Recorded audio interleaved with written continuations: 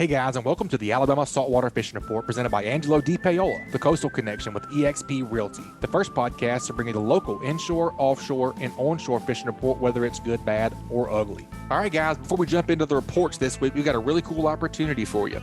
We have partnered with AFCTO, and they are offering all of our listeners a free sun protection mask with any purchase of AFCTO products. They make a ton of great products for all types of anglers. All you have to do to get your coupon code is text FISHING to 314-665-1767. Again, just text the word fishing to 314-665-1767 to subscribe to our email list, and we'll send you the promo code via email. All right, guys, we have a great Alabama saltwater fishing report lined up for you this week. But first, let's take a few minutes to check out a few of this week's great sponsors. This week's Alabama saltwater fishing report is brought to you by Sportsman's Marine. Sportsman's Marine has an extensive tackle selection of anything that local anglers need for saltwater and freshwater fishing, as well as boating accessories. They have the largest selection of the slick lure in Mobile and Baldwin County. They have AFCTO, Pelagic, and Saltwater Fanatics apparel along with other local brands. Go check out their Edgewater, Wellcraft, and Vexus lines of boats. They offer engine services with 5-star Yamaha and Mercury mechanics. Also, if you're looking for a street legal electric golf cart, go check out their Atric golf carts. Sportsman's Marine on Highway 98, and they also have a downtown location next to Mr. Jean's Beans in Fairhope, Alabama. And also brought to you by Fish Bites. Whether you are hitting the sand with set rigs using the traditional scent strips for pompano or fishing the flats or marshes for speckled trout, redfish, and flounder, Fish Bites has something for you. Family owned and operated in St. Augustine, Florida, they pride themselves on making reliably consistent fishing products for anglers of all ages around the world. Fish Bites baits and lures are made with pride in the Sunshine State of the USA. Check out the full line of scented saltwater and freshwater baits at fishbites.com. All right, guys, good to have you back this week. Hope you guys are all spending some time with your family for Thanksgiving. That's what Butch and I are doing. We're taking the week off from the fishing report, but we have got a really special show for you this week. Joining us this week again is Hank Shaw, and we're going to be talking about some of the cool things that you can do with wild game or fish for the holidays. So, Hank, welcome back, man. It's always good to sit down and talk food with you. For our listeners that might be new to Hank, tell us a little bit about yourself and really what kind of got you into this line of work, slinging wild game and fish. Thanks for having me back on. We need to go out and chase God's creatures this coming spring too, as it's been our annual tradition now since shortly after Kick 6, I think, actually. That's right. Yeah, we got to get you back down to the Gulf. We got to get you back down and trying some of these Admiral shellfish oysters. We can talk a little bit about them, but man, these are the best daggum oysters I've ever had. They are one of our show sponsors. I'm not scared to admit that, but I'm telling you, man, these things are unbelievable. Definitely got to get you down and try some of those this spring. I'm up for that. So I'm a former professional chef. I'm a former commercial fisherman. I'm a cookbook author. I used to be a newspaper reporter. I've done a whole bunch of things over the years, and I grew up fishing and gathering wild plants and mushrooms and things.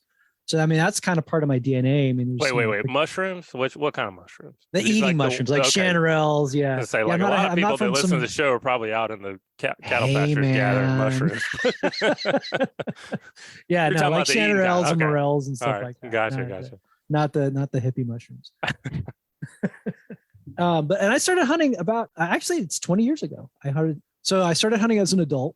I'd been fishing my whole life, and I've been picking berries and mushrooms and nuts and all that kinds of stuff my whole life. And I started hunting about 20 years ago. And since 2005, we have not bought meat or fish for the household, but for a handful of times it's going on almost 20 years now. So I started the website Hunter, Angler, Gardener, Cook back in 2007, and it is now the internet's largest source of wild food recipes. I've got 5 cookbooks and working on a 6th. And, I've got a podcast too called Hunt, Gather, Talk, and spend a lot of time on Instagram, as everybody does these days, and just generally trying to make a go of it. It's been absolutely a privilege and a blessing to be able to do this full time since 2010. That's a very cool story. I always love hearing that, you have efforted towards and been able to be successful at not buying any meat, bringing it into the home and really just cooking and eating what you're able to hunt, fish for, gather out there in the wild. And my wife and I have tried to do the same thing over the years, and we've had, good years and bad years. But one of the things, that always seems to force us into buying some meat is the holidays, specifically because, a lot of people are just they're squeamish about wild game. Or you've got the person that I don't like fish or I don't like seafood, and so you got to kind of go out and you buy the crowd pleaser. You get the rib roast or, the turkey or something like that. What's your favorite holiday dish, wild game or fish aside? But then also, what's your favorite wild game or fish that you like to incorporate into the holidays? We've been able to incorporate game and fish into the holidays really kind of forever, because my mom is if you look up in the dictionary under the word Yankee, my mom is like the picture that's next to the dictionary definition. She's from Gloucester, Massachusetts, and is about as Yankee as Yankees. Like, I'm from New Jersey, and I think she's a Yankee. That should give you some idea. But up in Massachusetts and all over really the United States, there are regional wild game holiday dishes that have become part of the fabric. I mean, it exists in the South too. If you think about oyster stew for the holidays, that's a big deal. But where my mom grew up in coastal New England, they would catch a big giant striped bass and stuff it with like your traditional holiday stuffing. Like, that's a regional deal. Like, you can go anywhere in Texas or Arizona or New Mexico or Southern California, and tamales are a huge thing for Christmas time and for the holidays. And very, very often those tamales are venison tamales. If you go to South Texas, venison tamales for Thanksgiving or Christmas that's a thing. Mushroom stuffings. I love chanterelle stuffing with a turkey or a goose or a duck. You can use really any mushroom you want, but chanterelles grow all over the country, and I save some special just for the holidays. Crab is king in where I live in Northern California and Oregon for Christmas season. I mean, there are whole Thanksgivings where it's a turkey, sure, because you kind of have to do the turkey, but everything other than turkey is like people sit around and eat like enormous, obscene amounts of Dungeness crabs and sit there and watch football. Oh, it is amazing. It's just, and then amazing. The turkey comes out. And so, I mean, you see wild foods, you see morels saved for Thanksgiving for stuffing quite a lot in the upper Midwest. Wild rice is a huge deal in the northern part of the country for Thanksgiving. So you see it interwoven through the regional specialties of Thanksgiving and Christmas, really all over the country. And you'll see turkey as well. Wild turkeys. So here's a trick if you want to serve a wild turkey for Thanksgiving or for Christmas. Shoot a Jake. Uh-oh. I mean, sorry. Yeah, I get it. Somebody in Alabama just had a heart attack. And I know you've told me about this, but it's threw up a little bit in there. Wait a minute. Turn that crap off. Who's listening to that? I mean, yeah, you're talking to a cook first, right? So right. If you shoot like a little nubbin Jake, right, which I know is a sin against God and nature in many parts of the country, but that's the bird that you want to treat like for your Thanksgiving turkey, because it's not really very different at all from a Thanksgiving turkey, especially a heritage one. So if you were going to get a bourbon red or an Narragansett or some of these, older style, I like to call them Gucci turkeys because they're really expensive.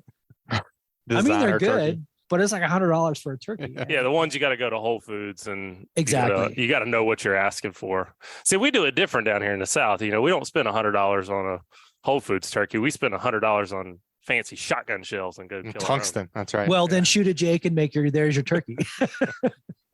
It's funny. Well, yeah, I mean, because they're going to be more tender. The skin's going to be good. It's. But if you had an old Tom, like a big old rope dragger, chances are you've skinned it, and chances are you just have the breast meat. So your answer there is to butter poach it. So many times Thanksgiving is just the two of us, and we will butter poach a wild turkey breast until it's nice and tender inside. And then I'll make I'll make a giblet gravy. I'll make chanterelle stuffing. Got to have sweet potatoes. You got to have mashed potatoes, and all the usual sides. But because we don't need a gigantic turkey, and it's just the two of us, to take a wild turkey breast and to basically make it swim in hot butter for a couple hours is a really, really good way to go, because you get more fat involved, so it's richer, and it cooks the breast meat perfectly, which is to say wild turkeys, really any turkey, you really actually want it closer to 150, 155 than you do 160, 165, which is what the USDA tells you. Largely because you can, if anybody's ever had dry Thanksgiving turkey, that's why it was overdone. Not fun. It's cool to hear you talk about all those regional influences. And I can think back to Thanksgivings and Christmases that we've had where doing exactly like you talk about, we go get a sack of oysters and throw them on the grill and everybody sits around. We, put them in garlic butter and just, catch up. And that's a lot of fun. And you put ketchup on them? No, we catch up like we, Oh, I got you. Yeah. Chew the fat. Yeah, right. But yeah, it was something that we look forward to every year. And it's interesting to hear you talk about the chanterelles because we picked a good many of those on my place this year, but I didn't think about saving some of them for a holiday meal. That's a great idea. And it gives you a reason to go out during that time of year and something to look forward to. When I think about the holidays, I think about it a little bit differently though. I often think about, I've got all these people in my house. Most of them are not hunters, not anglers, and maybe don't appreciate that type of food. So if you've got someone that you're trying to please that is maybe squeamish about this kind of stuff, give me an idea of some crowd pleasers, like something that you just know is going to go over well using wild game and using seafood. Sure. That butter poached turkey breast is one. Like there's nobody who's going to turn their nose up at it because it'll be the greatest turkey breast you've ever eaten. So that does, I can be an old rope dragger. So you don't have to shoot a Jake for that one. Another really, really good one is to smoke roast a big elk or venison roast. So if you got like a big deer roast from the hind leg and you stick a probe thermometer in it and you smoke it only until the interior gets to be about 130, and then you just let it sit and then you carve it, it is virtually indistinguishable from roast beef. And so everyone's gonna be like, this is amazing because it's medium rare or medium, however you like it. It's well seasoned. It's got smoky flavor, and you can make a gravy with it, or just make an au jus, just like a pan sauce. And it's crazy easy because what you do is you have a big giant piece of meat. You salt it a couple days in advance in the fridge. You stick it in the smoker with a probe thermometer, and then when the interior temperature hits 130-ish, take it out, let it rest, carve it, and you're good to go. I mean, it's football. It's football watching food, and I've never had anybody turn their nose up at that. I've even done it with bear roasts. That's something that I've had, other people do. We're going to have a venison roast, and they're always overdone, always tough, always dry. I was thinking the same thing. I'm always scared to do that. And what I'm hearing you say is, number one, just don't do that. Don't overcook it, right? I mean, make sure you're monitoring that internal temperature. You mentioned salting it a couple of days in advance. Is that kind of like a dry brine? Would you call it a dry brine in that way? Or I mean, I personally hate that because a definition of a brine involves water. So yeah, I know, but it's a salt cure. Yeah. Okay. So, yeah. I mean, but basically you are letting that salt permeate the same way that a brine would. Yes, exactly that. Like, it's just like, you have to take your turkey out a week before. I mean, damn. I mean, if you buy a frozen one, you got to take it out 3 or 4 days in advance just so it's not frozen. Right. Mm-hmm. I mean, you're talking about other things that are like crowd pleasers. Mm-hmm. Up in the Northeast, I grew up in New Jersey. A big giant plate of lasagna is a big deal. Like you see that in Thanksgiving a lot as one of the dishes, and ground venison in that ground wild hog worked great in that. So that's an example where the meat is incidental. Mm-hmm. Depending on where you live, ducks and geese can make really good holiday entrees. Really. Arkansas, some parts of Louisiana, places where the ducks get fat, those are great places to serve, a mallard if it's just the two of you, or a speckled belly goose, or a couple of mallards. And those are instances where it's worth it and people are going to like what they get. That's very regional specific because there's a lot of places where the ducks are very skinny and you don't want to serve that on a holiday. I'm glad you brought that up too, because man, those two last year, when I went to Arkansas and killed those greenheads, I plucked the whole breast and spatchcocked them and did. I don't think your recipe called for that, but I followed one of your recipes. And man, that was incredible. It was delicious. My past experience with smoking duck was a little bit, rubbery skin, kind of overdone, but I did everything that you had lined out in your cookbook. I forget the exact name of the recipe, but man, it was incredible. I was even my wife liked it, and she's not a huge wild game fan. She's okay with deer and stuff like that. But when we start getting a little bit out there and start talking about wild duck and some of the things that are like Joe was talking about. People are a little scared of game here and there, but man, it was phenomenal. I will definitely do that again. You guys take a quick break and check out a few of this week's sponsors. This week's Fishing Report is brought to you by Hilton's Real-Time Navigator. The days of heading out and blindly looking for good fishing areas are pretty much over.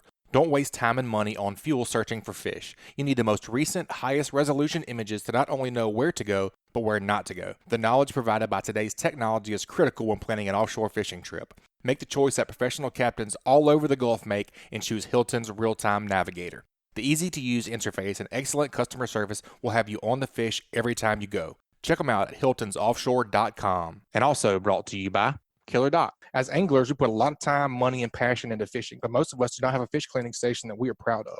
Many of us are suffering from dock dysfunction. A rotten table with rusty metal, this is just no good. But the dock enhancement that we've all been waiting for is finally here. Killer Dock uses marine-grade aluminum to make fabulous fish cleaning tables and stunning canopies that will keep us out of the sun. Killer Dock combines durability, function, and design to uniquely upgrade your entire dock experience. Visit killerdock.com to see more. And also by Bucks Island. They have new pontoon boats, bass boats, bow riders, and aluminum boats for sale. They provide boat service on all kinds of boats, even if they weren't purchased from Bucks. Visit them at 4500 Highway 77 in Southside, Alabama, or give them a call at 256-442-2588. Well, Hank, speaking of fancy, we talked about pleasing crowds, but then not everybody has a huge holiday gathering. Sometimes it's just you and another person, or just more of an intimate group. If you do want to do something fancy, holidays are typically a time when somebody will go all out. They go get the dry aged prime rib roast and do some long cook on a big hunk of meat. What are some of your fancy preparations that you like with wild game or fish? I still keep things pretty simple, but what I might do is I might do something like an old school sauce, like a Cumberland sauce, which is an English sauce that's been popular for about the last 200 years.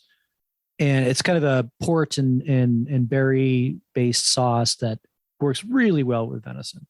So I might cook a big length of backstrap and then just serve it with that sauce. Or I would typically, the cook isn't going to be so much different.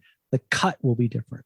So if it's just a couple of us, maybe I do, like I happen to have a bison hanger steak right now, and it's only going to serve two. So I'm saving that for a special occasion, and the holidays would be a good case of that. So you might have, let's say you're a duck hunter. Maybe you've got just a few fatty canvas back breasts. Like that would be like, I'm going to pull them out for this. Right. So if in my mind, it's less the preparation than the thing itself. So maybe I caught 4 snook this year. I'm going to serve these snook on the holidays. This is the time to pull out that thing that is very special. Yeah, I like that idea, and that's pretty true if you think to what you're used to, like with beef, for example. It's cooking a rib roast is not all that complicated, but it's the cut, it's the rib roast, and to cut a rib roast out of a deer is not as easy as just pulling the backstrap. But nope. Presenting somebody with a venison chop is a much fancier preparation, a fancier delivery than just a hunk of backstrap. Yeah, I like kind of focusing in on the cut. Mm-hmm. So now that being said, kind of playing all the different types of people you may have over. You may have that intimate setting. You may have that crowd. Some people really enjoy the adventurous side of eating, and I get people all the time like, "Yeah, I'll try that. Yeah, give me some." My brother's father-in-law is that way. He just, yeah, I'll try that. Sure, let's do it. When it comes to being adventurous, what's some of the weirdest stuff with wild game and fish that people really love? There's a German Christmas dish that I absolutely love. It's called Ganseklein, and it is a traditional dish that it's a kind of a Christmas soup with a big semolina dumpling sitting in the middle of it for the starch, but it's entirely made of everything that you don't use for the roast goose. So it's the neck, it's the wingtips, it's the giblets. It's basically everything that's not in the roaster because you're eating roast goose for Christmas. It's all of the kind of offcuts that are made into this Christmassy. There's dried fruit in it. There's Christmas spices. It it sounds like it should be all wrong, but it's amazing. And it's done with kind of offcuts of a goose. And it's been a classic for, I don't know, several hundred years for a reason. The other one would be English mincemeat pies. So everybody's heard the term mincemeat, and I think everybody knows, think they know what a mincemeat pie is. But traditionally, a mincemeat pie is literally that. It's there's meat in it. And so you're going to have ground something. I'm making them right now. The actual filler of these little pies. It's like imagine like a little hand pie shaped like a cupcake kind of deal. It's like a little, pie, like a little personal pot. Yeah, it's like a little pot pie. It's a tiny little pot pie. But the filling is dried fruit, it's brandy or scotch, and it's ground meat and Christmas spices. And it sits in the fridge for a week or two to kind of like really, really get it so everything gets to know each other. And then you make these puff pastry little hand pies. Yeah, I've never had that. It's amazing. It's very, very old school English. Scotch, but none of the other for stuff. Sure. And definitely not all put together. And so that one's a little bit the mixture of sweet and meat is very, very old school, at least in Europe, for the holidays. And it's not something that we do a lot these days. A little bit we do, like, teriyaki is kind of sweet. So you see echoes of that now. But these old things, it's really medieval. The medieval palate really liked the kind of Christmassy spices, a little bit of sweetness, and then meat all at the same time. Hank, it sounds like really there's a way to incorporate whatever you're out catching, killing, gathering. Yeah, the whole spectrum. You got something for everybody. You just got to be tactical about it. Yeah, well, and you got to get inspired. And I feel like for me personally, at least, like to get inspired to do something, I love if there's a tradition behind something, because then if you're serving it, there's a story to why you're serving it, as opposed to just like, yeah, eat this because it's, something you've never had before and kind of weird. Like if there's a tradition behind it, even if it's not a family tradition, it's something from some other part of the country or part of the world. Something to get behind. Yeah, it's just neat to be able to share part of the experience. Yeah, that experience. Like I say, you're kind of eating with your mind as well. How do you get inspired to do these kind of things? Like, where do you go for this kind of inspiration and this kind of guidance? Typically, it's a combination of travel and reading cookbooks. I mean, I get a lot of inspiration from sometimes they're my colleagues, sometimes they're people I've never heard of, and you can dive into a cuisine and really kind of wallow around in it and find the pieces that make you excited. So I've done this with Mexico, I've done it with Peru, I've done it with Italy and Spain and Germany and Scandinavia, and now I'm kind of looking a little bit into Scotland, kind of the food of my ancestors, and trying to pick out those things that are really good. They're very, you'll like a good case.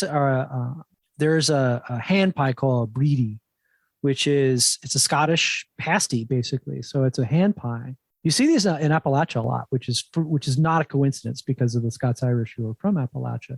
But it's basically a turnover hand pie that's made with a pie crust. But it's an interesting pie crust, and it has an egg in it, and that egg changes the pie crust for the better, which is so like, that's different. And so you make this a few times, and then you kind of make it your own. You're like, oh yeah, all right. So what I've started to do is, the traditional Scottish pie, it's like a meat pie, right? But it's very, very plain. It's like, imagine just like ground beef and some onions and stuffed in a pie crust. That's fine. But there's another Scottish dish called mince and tatties. And so that's basically ground meat, but with spices and it's much more interesting. And mashed potatoes. Well, you can put that inside that hand pie, and that's way cooler. Mm-hmm. So you get to play in these cuisines. I do this with Mexican stuff a lot too, and you make it fit what you do. So, I mean, I'm a hunter, right? So, well, that would work with game, or I hunt grouse, and there's a grouse dish, or I need a fish a lot like a speckled trout for this. And like, well, good thing there's speckled trout here. So you get to make these connections first through reading, and then you travel. I mean, one of the things that I really love about the United States is we still do have real regional cuisine. You still have things that are kind of native to the Gulf that you would not see in the Chesapeake, and you definitely wouldn't see in a place like Iowa, and vice versa. Mm-hmm. Yeah, don't go up to Chesapeake talking about boiling crabs. They don't. Oh, they don't, yeah. Oh, good point. Yeah. They don't like that up there. They're the steaming crew. For Right. sure. Yeah. We pretty much bowl and crab bowl, I mean, it's literally like the name. No, go up there. That's what we do. Go up there and ask somebody for some boiled crab and see what happens. Yeah. I can definitely see where traveling around and kind of plundering in the different ethnicities would be very, very inspiring. And like you say, that's one thing I enjoy about your cookbooks and your recipes. You're like, well, this could work, or this one's very similar. It is probably going to be about the same. I do that a ton in your recipes. Yeah, I think the fun part from my perspective is to adapt it for the wild element. So there's lots of fish and seafood things, and those translate directly because you're using the same thing. But a pheasant's not a chicken. They're close, but there's enough differences where it's mentally challenging for me to like, okay, so this is not a chicken, but it can definitely work. And here's how it's going to work with the different modifications. Yep. Yeah, I love that about like what Butch was saying about your cookbooks, how it's not so much this is a speckled trout recipe. It's more like this is a recipe for fish. And here's all the different types of fish that would work well, speckled trout being one of them. I think that's very helpful in terms of like, well, it makes it much easier to make a dish. Right. Yeah, because if you've got some fresh speckled trout and you go to Google and you type in speckled trout recipes, well, maybe you find something that somebody curated specifically for speckled trout, but it'd be more beneficial if it was like, well, here's a great recipe that would work well with speckled trout. And that's really what one of the gives you a lot more options. It opens up a lot more opportunities for sure. Well, it's like triple tail ooh la la. Right. That's right. It's great. It's a great recipe. It is a great recipe. Great fish. Work well with rockfish for the folks in the Northwest? Walleye, rockfish, black sea bass, small reds, small with small black drum, puppy drum. Yeah. Sheep's head. I think I did that one with sheep's head as well. Yeah, sheephead would work. All right, guys, let's take a quick break. Check out a few of this week's great sponsors. This week's Fishing Report is brought to you by MB Ranch King hunting blinds and feeders are built to last right here in the USA. With durability and convenience in mind, MB Ranch King's maintenance-free blinds are constructed with high-grade steel and come in a variety of sizes to meet any hunter's needs. They offer high-quality, easy-to-use corn and protein feeders that can be filled with both feet on the ground. Call Kevin today for more info or a quote at 205-807-2937. MB Ranch King, built in the pursuit of perfection. And also brought to you by Test Calibration. If your diesel has low power or is consuming excessive amounts of fuel, these are common signs that your turbocharger may need to be rebuilt. Don't waste your money online with the cheapest options where you get no support after the sale. Test Calibration has been selling and servicing diesel, turbochargers, and fuel injection systems since 1976. No matter if you're running a diesel in your boat, tractor, or truck, Test Calibration can help you. Contact them at 800-822-0057 or visit them online at testcalibratindieselandturbo.com. Well, Hank, like I said, cookbooks are an important part of getting inspired. You've got some cool deals going on. Tell everybody a little bit about, really just give them a rundown of all your cookbooks. And you got a special offer for everybody listening today. I do. So I've written 5, and the first one's kind of a primer on everything. And that one is called Hunt, Gather, Cook. And then I have kind of not so much species specific, but area specific cookbooks. I've got one for waterfowl called Duck, Duck, Goose. I've got one for all things antlered, so deer and elk and pronghorn and moose and all that kind of stuff. That one's called Buck, Buck, Moose. And I've got one for all the small game, so pheasants and rabbits and quail and all that kind of stuff like that. And that is, of course, called Pheasant, Quail, Cottontail. And my most recent book is Hook, Line, and Supper. And that, as you might imagine, is all fish and seafood, both freshwater and saltwater. So between all of these, they'll pretty much set you up for no matter what you bring home. Yeah. And you can either buy them on Amazon, and that's fine, or you can go to my website, and the website is huntgathercook.com. And if you do that, not only will you be supporting me and not a gigantic corporation, but you will, in many cases, the book is actually cheaper than Amazon. And every single book that we sell you will have my signature on it. So it's like a triple threat. And just for the holidays, if you use the code Great Days, all one word, so type Great Days in the coupon code on my website, which is huntgathercook.com, you'll get an extra 20% off just for the holidays. So it's a screaming deal, and you're helping a guy out, and you're not helping Jeff Bezos, go to space or wherever it is he's going. We're real people down here. Right. Yeah. Hank, it's been fun, man. I'm getting excited now for the holiday meals and starting to think about some ways I can. We should have done this after lunch. I'm starving now. Right? Yeah. Well, Hank, in the intro, we kind of talked a little bit about you coming down. You come down every year, and we try to do a target species. I was going to ask you what your target species is going to be in 23 with us, but I would think that it's probably going to be the same one as earlier in this year, since we totally botched it for you. Maybe we can get a pompano and a ling this year. Maybe we'll have a little bit better weather. Yeah, so it's not gale force winds. We tried our best, man. The best part was I'm in the airport, like I'm on my layover, and Joe texts me this picture of exactly where we were fishing, and there's not like even a ripple on the. Yeah. Oh yeah. Oh man.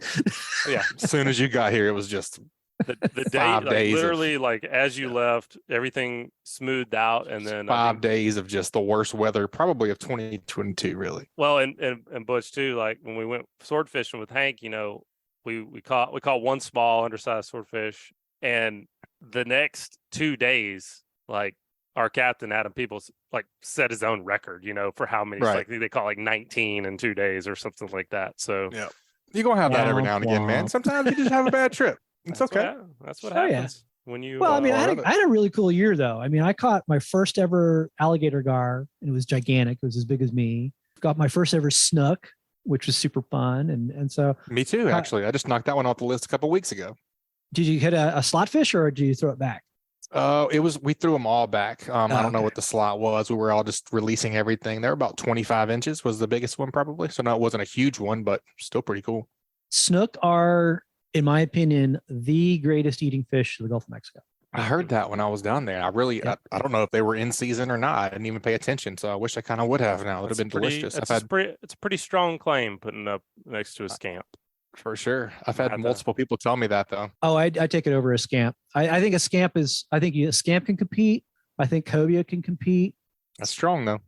But there's not that many other fish that can compete with a snook. I think I got those two can for sure. I need to partake in this. I think I need to partake in this. I understand it's a yeah. really big South deal to Florida, catch one in the slot. So South Florida or South Texas. I caught mine in Brownsville. Okay. Next trip, Joe. Let's do it. I'm in. Hank, always fun, man. Enjoyed it. Y'all go check out huntgathercook.com and use that promo code. It's a great gift idea and great for inspiration for your holiday meals. Absolutely. Have a good holidays, guys. Thanks, Hank.